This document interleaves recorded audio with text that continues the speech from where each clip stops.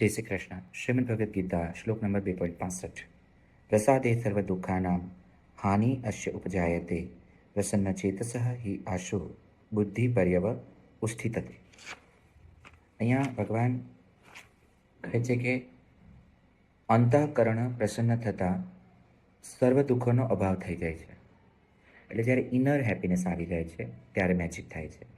અને પ્રસન્ન ચિત્તના કર્મયોગીની બુદ્ધિ તત્કાળ જ બધી બાજુએથી દૂર થઈને એક જ પરમાત્મામાં સારી પેટે સ્થિર થઈ જાય છે. અહીંયા સમજવા જેવું છે કે આપણે પ્રોડક્ટિવ બનવું હોય તો શું કરવું, આપણે ફોકસ કરવું હોય તો શું કરવું, આપણે રિઝલ્ટ જનરેટ કરવા હોય તો શું કરવું, ગોલ અચીવ કરવા હોય તો શું કરવું. તો અહીંયા ભગવાન કૃષ્ણ એક ગ્રેટ સોલ્યુશન આપે છે કે તું પ્રસન્ન ચિત્ત ન થઈ જા. અને પ્રસન્ન ચિત્ત થવા માટે આપણે રાગ અને દ્વેષને બસ દૂર મૂકી અને આપણે કર્મમાં રત થવાનું છે. હું જે આ કાર્ય કરી રહ્યો છું અત્યારે આ શ્લોક તમારા સુધી પહોંચાડી રહ્યો છું એમાં મારે શ્રેષ્ઠ રીતે કામ કરવાનું છે. જ્યારે તમે હેપી હો છો ત્યારે તમારા રિઝલ્ટ જુદા હોય છે. આપણે જ્યારે હેપી હોઈએ ત્યારે ભક્તિ અલગ હોય.